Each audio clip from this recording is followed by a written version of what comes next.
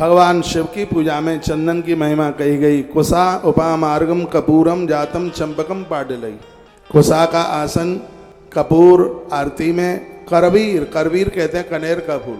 शिव को कनेर का फूल चढ़ाने से किसी का जादू टोना टोटका नहीं हो सकता। आज के समय में लोग अपने दुख से दुखी नहीं, दूसरों के सुख से ज्यादा परेशान है। स्त्री को कोई परेशान मेडिकल कोई दिक्कत नहीं होती, लेकिन लोग उस नारी की कोख को बांध देते हैं जिससे उसको औलाद नहीं होती, संतान नहीं होती।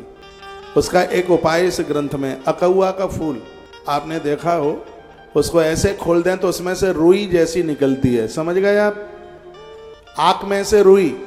एक तो फूल होता है जैसे जो हॉर्न लगाए ऐसी उसकी शक्ल होती है, आगे से ऐसे पीछे से, तो उसका एक फूल तो ऐसा होता है आँख का फूल, लेकिन उसका एक रूप और होता है, वो ऊपर से बंद होता है, उसको जब खोलें तो उसमें से रुई निकलती है। उस रुई की बत्ती बनाकर उसको चमेली के तेल की जोत में या उसको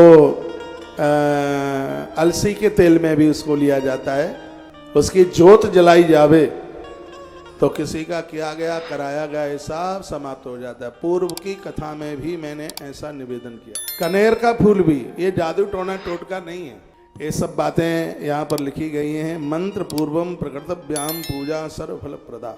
किसी भी देवता की पूजा आप करते हैं, यदि आपके मुख से मंत्र ध्वनि होती है तो वह पूजा आपके लिए फलदायी हो जाती है। आप नारायण की पूजा कर रहे हैं, कुछ भी नहीं आता है तो ओम नमो भगवते वासुदेवाय बोलते रहिए। पूरी पूजा, पद्म पुराण में लिखा है कि नारायण की पूजा में फूल पत्तियां जो भी आप चढ़ाते हैं, तुलसी चढ़ाते हैं, चावल चढ़ाते हैं, जो भी कुछ आप चढ़ा रहे हैं, तो उसमें आप ओम नमो भगवते वासुदेवाय इस मंत्र का जप करते रहिए। शिव की पूजा आप कर रहे हैं तो ओम नमः शिवाय जपते रहिए, हर हर महादेव, हरिओम जपते रहिएगा।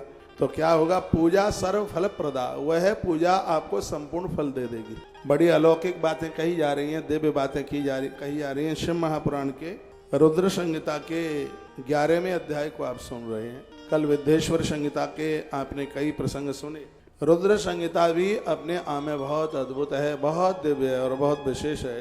पाठ्यमानेन मंत्रेण तथा वांग्मयेन च रुद्रेण नील रुद्रेण सुशुक्लेन शुभेन। भगवान शंकर के ऊपर नील कमल के फूल, कमल के फूल, पीले श्वेत फूल भगवान महादेव के ऊपर चढ़ते हैं।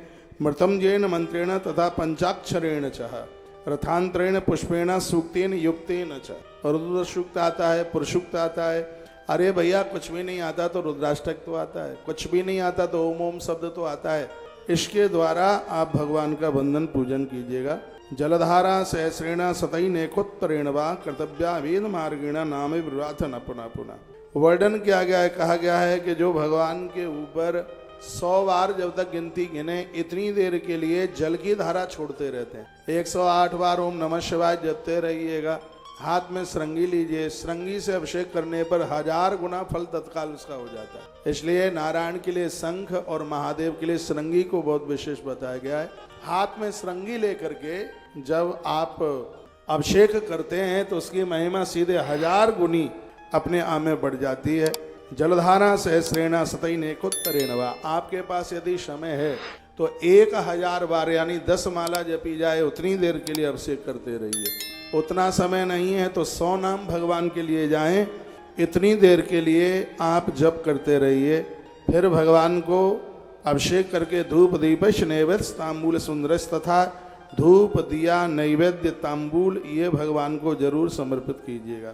तरह तरह के फूलों से आप पुष्पांजलि कीजिए। पूजा में किसी भी प्रकार की त्रुटि रह गई है, व्यवस्था में वस्तुओं में कमी रह गई है तो आरती के बाद एक फूल चढ़ाया जाता है, उसको पुष्पांजलि कहते हैं। शुरू में जब आरती होती है तो आरती के बाद पुष्पांजलि होती है। जब तक पुष्पांजलि का फूल ग्रंथ के ऊपर न चढ़ जाए तब तक मत बैठा करो, तब तक खड़े रहो, क्योंकि आरती पुष्पांजलि ये बैठ के नहीं होती। यज्ञ की पूर्णाहुति भी बैठ के नहीं होती, इसको खड़े होके ही किया जाता है। जब यहाँ पुष्पांजलि होती है, भाई अनुज थोड़ा इधर होना, तो पुष्पांजलि में जहाँ पूजा में यदि कोई कमी रह गई, वस्तु की कमी रह गई, मंत्रों की कमी रह गई, तो लास्ट का जो फूल है उसे पुष्पांजलि का फूल कहते हैं।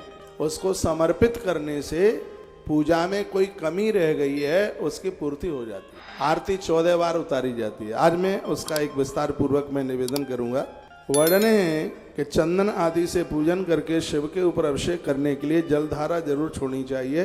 तो भगवान महादेव जलधारा से अति प्रिय, उन्हें बहुत ज़्यादा प्रसन्न होते हैं। जलधारा शिव प्रिय। अनेक प्रकार के पात्रों में जल भरकर शंकर जी का अभिषेक करें। एक और नई बात आपने आज तक नहीं सुनी होगी। इससे भगवान अति प्रसन्न होते हैं कि भगवान के पूजा आप कर रहे हैं तो 11 पात्र रख लें पास में और 11 में जल भरें। एक पात्र का पानी पूरा हो जाए, छोटे छोटे रख लीजिए।